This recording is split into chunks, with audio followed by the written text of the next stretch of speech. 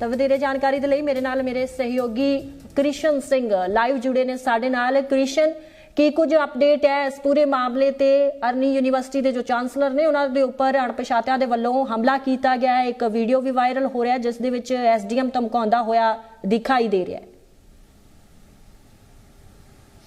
देखिए रवनीत, ये बहुत बड़ा मसला है कि आखिरकार हिमाचल प्रदेश के कांगड़ा ज़िले में किस तरीके में जो है गुंडागर्दी और चरम सीमा पे है, क्योंकि सबसे बड़ी बात ये है कि विधायक साहब का जो नाम है इस मसले पे जोड़ा जा रहा है। जिस तरीके के एलिगेशंस चांसलर विवेक सिंह लगा रहे हैं, उनका मानना है कि 6 लोगों को टारगेट बेस पे रखा गया था जिनको निकाला गया।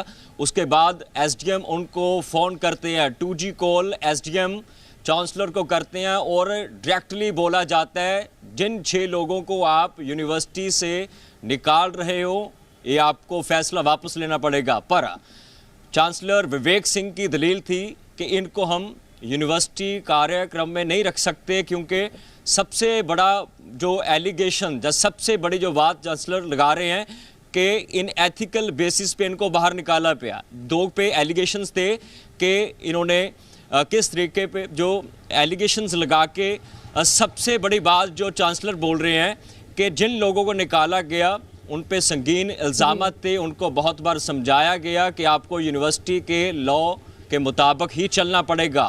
नशे की बात आ रही है, पर आखिरकार किस तरीके से एसडीएम विधायक साहब के साथ बैठकर बोल रहे हैं कि अगर आप विधायक साहब के विल के मुताबिक चलेंगे, उनके अनुसार चलेंगे तो आप ठीक रहेंगे, यूनिवर्सिटी भी जो है ठीक चलेगी। सबसे बड़ी बात यह है कि उसके कुछ घंटे बाद जो है वो अटैक किस तरीके पे किया जाता है। जब वो अरनी यूनिवर्सिटी से पठानकोट जा रहे थे उस वक्त उन पे अटैक हुआ। एक फार्चूनर गाड़ी का जिक्र हो रहा है जिसमें 6 से 7 लोग सवार थे, और अगर उनके पास विवेक सिंह के पास उनकी लाइसेंसी रिवॉल्वर ना होती उनकी जान भी चली जा सकती थी। सबसे बड़ी बात यह है अगर चांसलर ही सुरक्षित नहीं है तो हिमाचल कांगड़ा ज़िले इंदौरा में सुरक्षित होना। पर सबसे बड़ी बात यह है कि विवेक सिंह की एप्लीकेशन पे पुलिस जांच कर रही है, पर एसडीएम को आखिर कौन फेवर कर रहा था, कौन उनको जोर आजमाइश डालने के लिए प्रेशर डाल रहा था कि आप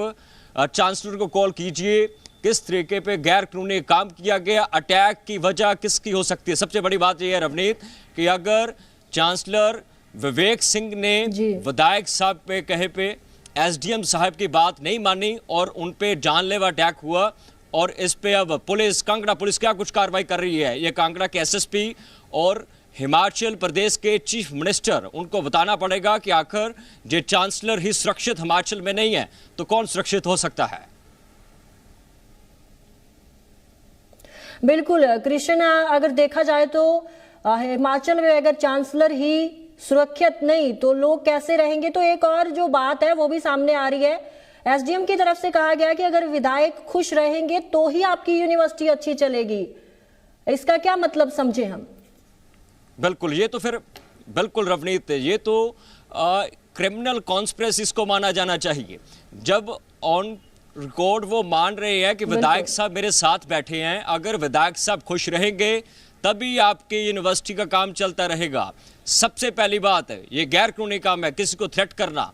अब हिमाचल कांगड़ा पुलिस किस सेक्शन पे एफआईआर दर्ज करेगी? सबसे बड़ा सवाल ये है। अगर विवेक सिंह एफआईआर में एसडीएम और एमएलए का नाम मेंशन करते हैं तो स्वाभाविक बात है कि प्रीमा फेसी एविडेंस पे एफआईआर दर्ज करना पड़ेगा, क्योंकि क्रिमिनल कॉन्स्पिरेसी है, किसी को थ्रेट करना और उस पर अटैक करने के लिए किसी को उकसाना बहुत बड़ा कानूनी जुर्म है। पर सबसे बड़ी बात यह है कि विवेक सिंह अगर उन्होंने साफ स्पष्ट बोल दिया कि 6 लोगों को हम यूनिवर्सिटी पे नहीं रख सकते, तो सबसे बड़ी बात यह है कि विधायक साहब पहले एसडीएम को बुलाते हैं, फिर विवेक सिंह को फोन करवाते हैं कि अगर विधायक साहब खुश। तो ठीक है कृष्ण, आप हमारे साथ बने रहिए। तो